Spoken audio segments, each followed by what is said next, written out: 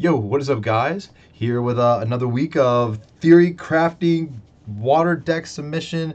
I don't know. I gotta find a name for this series. If I had one, I forgot it. Yeah. So here we are. We are here with week four.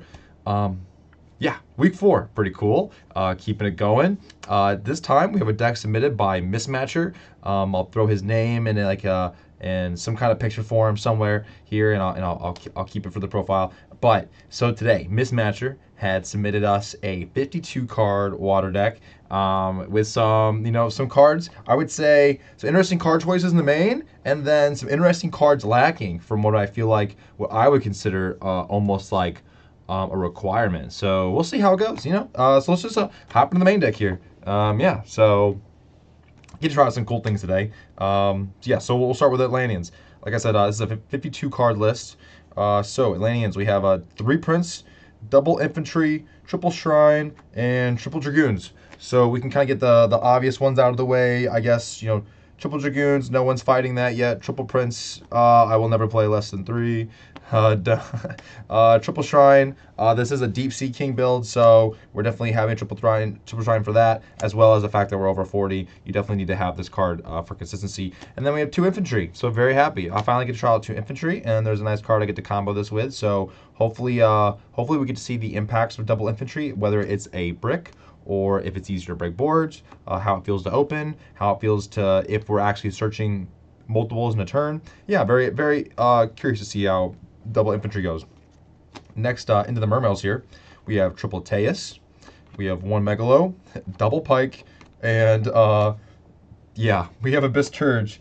So very, very cool, which is awesome because, in old Mermail, I loved Turge. I thought, like, he was, he's beefy at 1700. And then being able, the recursion for waters was always pretty nice in the old we had to play the deck, especially like if you ever played like the old fashioned like normal. Oh god, what was it? It was like normal turds, discard gun summon pike, or I can't remember what the combo was. Maybe it was like normal pike, discard gun, search marksman, summon turge, discard marksman, add gun back to hand. I think that's what the combo was. But yeah, so yeah, very interesting lineup. So triple Teus, that's pretty obvious. Like, it's a great starter extender for the deck, so we're not questioning that. Double Pike, only 2 Pikes in this build. I don't really have anything either way to say about it. I really have no. I want to say that Turge is not a starter, and just due to that, he's going to be weaker than Pike. But it might actually come up that maybe we're opening multiples, or maybe we're opening Turge and other playable hands, and maybe the Turge recursion is actually pretty gnarly. We'll see. We will see when we get there. There's a lot of cards you can combo with, so I'm definitely not afraid of it.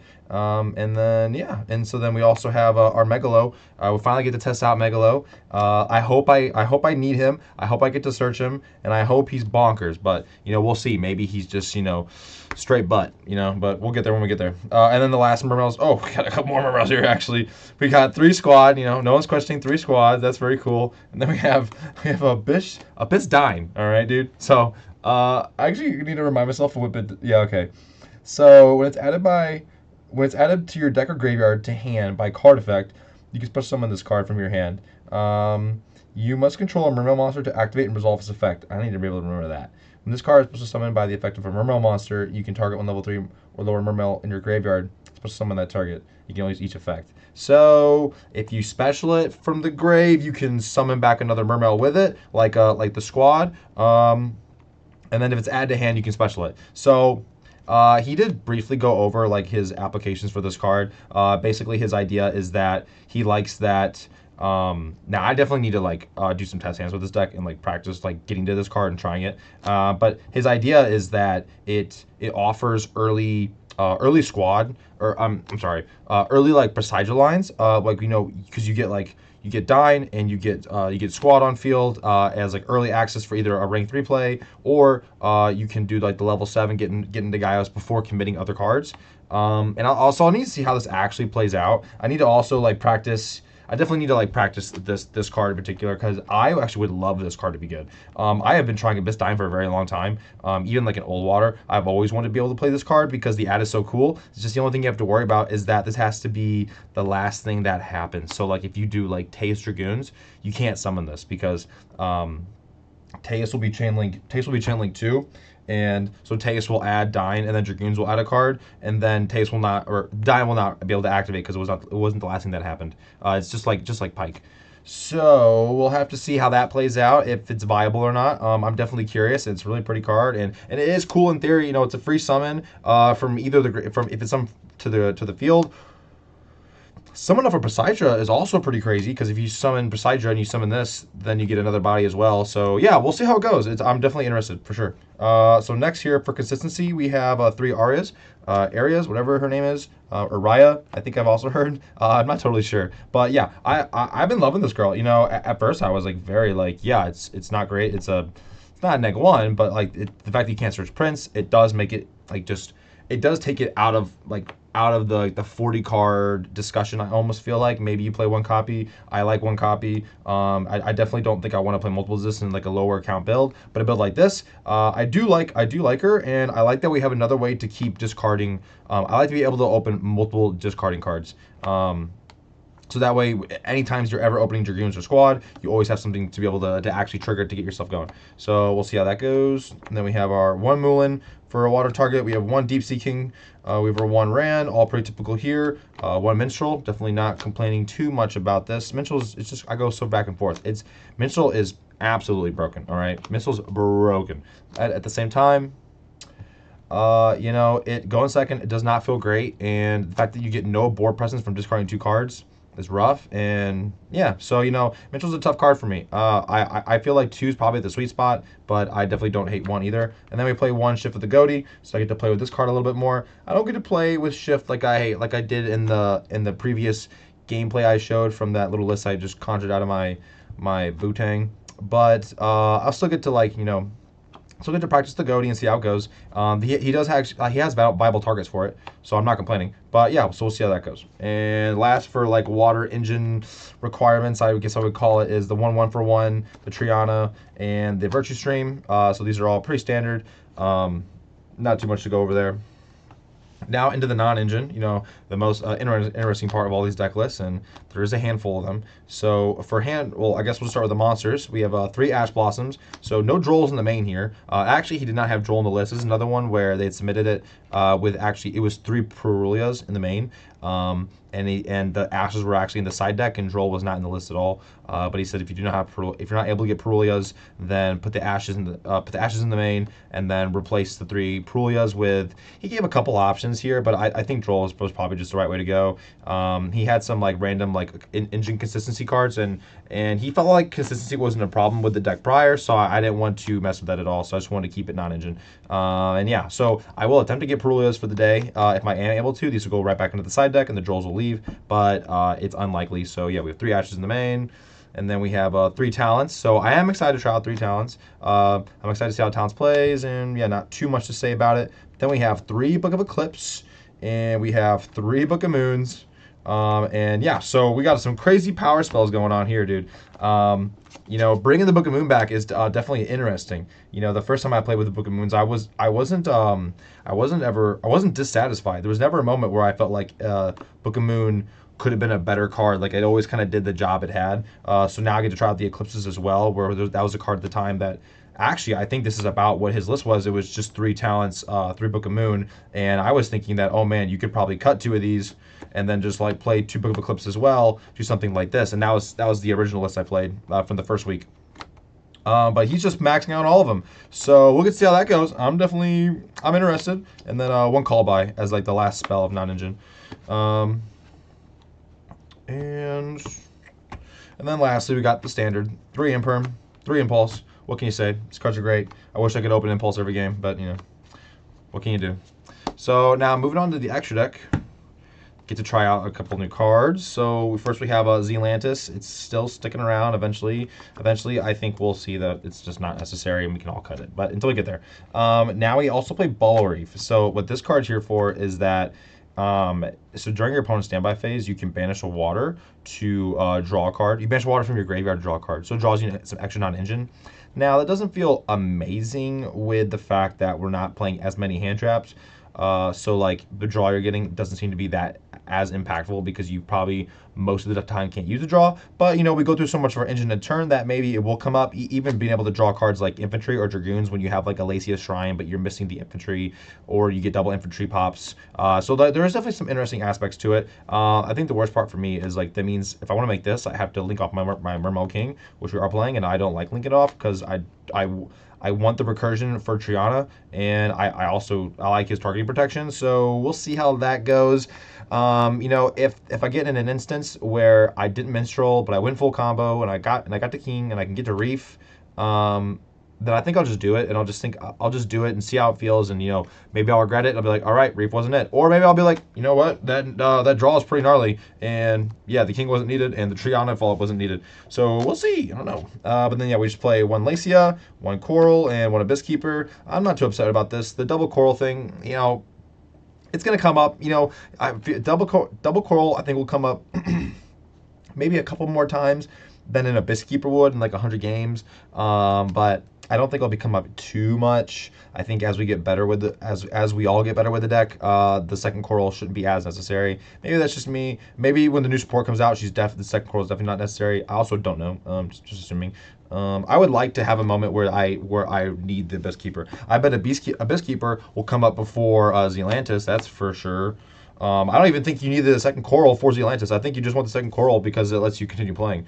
And like, you know, just use like Presija and Gaios. Like this is our Zealantis. Like we have a built-in engine Zealantis. I don't know. I'm gonna start hating on that card until it comes up, and then I'll stop. But yeah, so just one-on-one. Man, I will say if I had a second ulti Gaios, even just a regular Gaios, I actually would try out double Presija, double Gaios.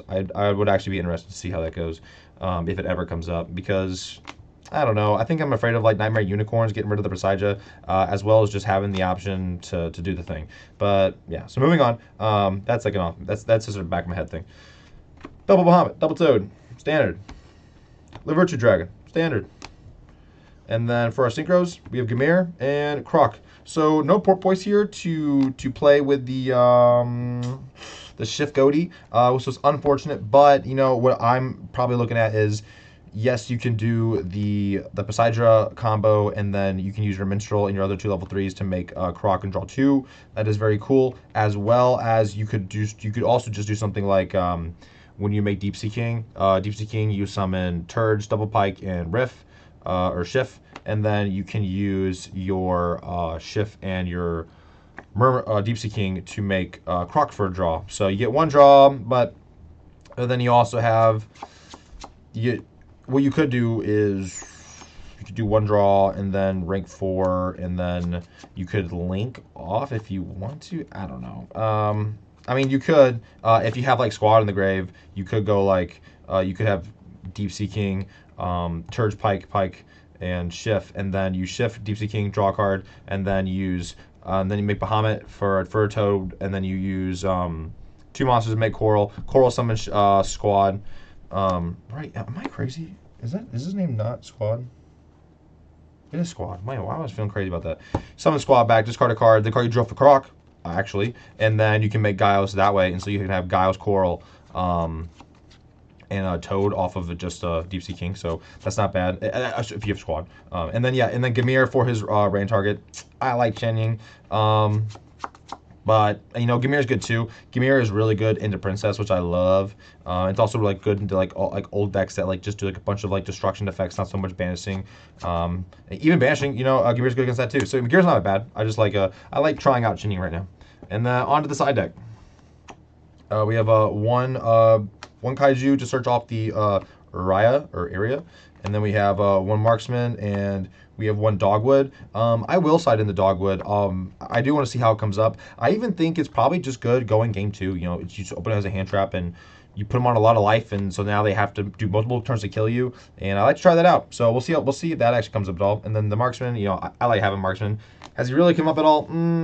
Not since like the first week I played with him, but he'll come up again probably. 3 Droll. This might become 3 Ash from the main and then Poison inside, but we'll see. And then 3 Dark Rulers and 3 Cosmics. Yeah, so pretty standard-ish kind of. We'll get into why it's not really standard for me at least. Why I wouldn't actually call it standard. Yeah, like three Cosmics you kind of have to. All these deck lockdowns running around is bogus. And then yeah, 3 Dark Rulers because you need some kind of War Breaker.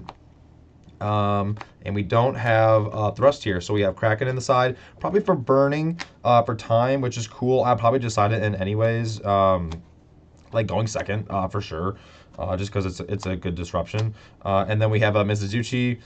I'll side it in when I go first. I will, just because I want to like see if maybe I really do feel like it's needed, but we'll see. It makes Megalo a little bit better also when going first, because if you do end up going Megalo, you can go Megalo for Chiana, and then you can still search for Mizuzuchi on your first turn with the king, and then that way you can have double spell negate in your opponent's turn, because you can use Mizuzuchi one time, and then on your opponent's turn just trigger any water card, and then have king put it back in the spell and trap zone. Now you have double spell negate, so that could be cool. And then the card I dropped was Prosperity. We have Prosperity in the side. He said mainly it's a consistency booster when there's a card like you're really digging for. So like going second, going first, it can be a good card. Now, there's no crossouts, and there's no thrust. So the whole like shifter thing, I'm pretty afraid of that. This is I don't know how this deals. Also, we just have Dark Rulers here, and since we're not playing Thrust, we can't play like one Dark Ruler, one Evenly, one Lightning, and so I lose that like board wipe capability. So like spell and trap decks, pretty afraid of, when I was like already afraid of spell and trap decks. So we'll see how that goes. Yeah, I'll be honest. I'll just say like I'm not very confident with the fact we don't have crossouts or Thrust in this list. But I might be totally wrong, and I would love to be proven wrong, because they take up a lot of spots, and yeah, I mean, not even seeing Evelyn or anything is pretty wild. Monster Break. Don't drink those. Those are so bad for you. My gosh. But yeah, so final thoughts for the list. There's definitely interesting card choices. I really do want to try out the Kaiju. I think that's pretty cool. I think we faced some like dummy deck, some like crazy thing. I think the Kaiju just looked the perfect out, and you have the one copy of Kaiju, you have the Prosperity, and you have 3 areas trying to get to it. So I do like that. Not having Thrust Cross out, we went over that. The Kraken I think is really good. I'm happy to just be able to try and play with it sometimes. Droll on the side is fine. I like Droll in the main, but that's not what this deck's trying to do, so I'm okay with it. And then we have Ghost Sister. I'm more excited to try it out because I want to see how the Ghost Sister does, not in time situations. I want to know if it even matters at all. If it's like, because it might just be a good hand trap. But if it's a good hand trap, then maybe we just play it. Like maybe we just play the moon. Maybe we just play the Ghost Sister. Play 3 copies, and even game 1, they make our life 20,000. All of a sudden we have like a way to kill them. I don't know. That sounds kind of crazy. But yeah, in terms of the extra deck, I feel like we're playing the shift. There's some others. There's some more synchros we could be playing. So I don't know how I feel about that. I think this will be really weird. Maybe really good. Maybe it won't. I don't know. But that's the only card I'm like looking at as like how that can perform. And then as for the main, I mean, there's a lot of things going on in the main deck, which I think is the most fun part of this deck. It has a lot going on, but I don't hate it. It's out of our comfort zone, which is the whole point of this thing. So like like the Book of Eclipses and Book of Moods, like maybe like actually opening double book would be wild. Or like Tactics. Like I'm curious to see how Tactics does, where like we start playing, we get hand trapped, and we maybe there are games we want to look at their hand. So just acts as a minstrel, but not better, but more efficient, less cards involved. So Towns might be really good. Excited to see I really want to see how the Goaty does, even with not having the Porpoise with it. I think the Porpoise is better, but we'll see. We'll see. I want to see if she's good at all, really. And then happy to see DC King. Areas are cool. Have really interesting Mermail targets. Definitely need to practice up on that. I'm really hoping that these boys show up. Like truly, I have less confidence in Turge. That's the one I'm actually least confident in. The Megalo is the one I'm most confident in, and the Dine is the one I'm like most hopeful for. Like I would love Megalo to be ass, and then Dine just be like, oh my god, this card's broken. We need to main this. Like because Dine actually like really offers some pretty interesting, cool like interactions. But we'll see. That is it for the video. Like I said, it's a 52 card list submitted by Mismatcher. Thank you so much for submitting your list, buddy. Can't wait to get into this locals, and I will try and get some test games before I actually enter the locals. I got the buddy who played, like the Chimera deck. He wants to come and do some more games. So no matter what kind of rounds I get stuck with, I will replace those matches with real matches from real decks. So we'll get it locked in. All right, guys. Thanks so much for watching. I'll check you guys out. Yeah, locals day. Yeah. All right. Peace.